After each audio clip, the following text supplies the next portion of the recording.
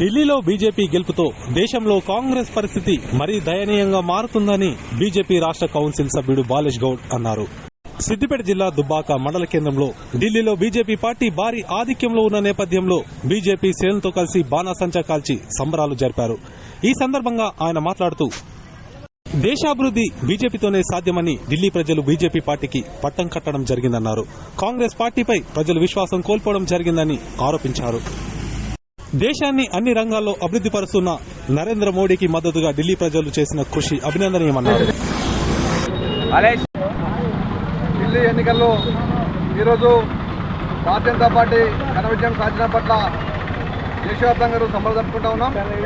ముఖ్యంగా నరేంద్ర మోడీ గారి నాయకత్వంలో మరి దేశం అన్ని రంగాలు అభివృద్ధిస్తున్న తరుణంలో మరి ఢిల్లీ ఎన్నికల లోపల కూడా ఈరోజు రాష్ట్ర ప్రజలు మరి బీజేపీకి అనుకూలంగా ఈరోజు తీర్పు ఇవ్వడం జరిగింది. దేశవ్యాప్తంగా మరి కాంగ్రెస్ ఉనికి లేకుండా పోతా ఉంది.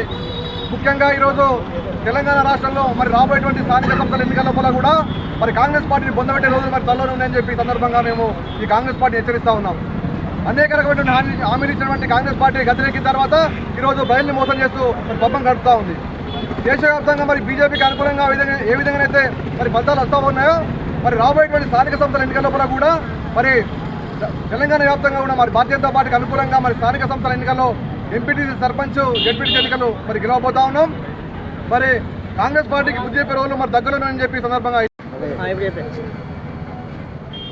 ఈరోజు 27 సంవత్సరాల తర్వాత ఢిల్లీ పీఠం మీద బీజేపీ జెండా ఎగరవేయడం చాలా సంతోషకరం. ఇది మన ప్రధానమంత్రి నరేంద్ర మోడీ గారి చలవ వల్లనే మనం ఇప్పటికీ గెలిచినాం. త్వరలోనే మనం తెలంగాణ మీద కూడా మన బీజేపీ జెండా ఎగరవేసి ఖచ్చితంగా అభివృద్ధి పదంలో ముందుకు వెళ్తామని ఖచ్చితంగా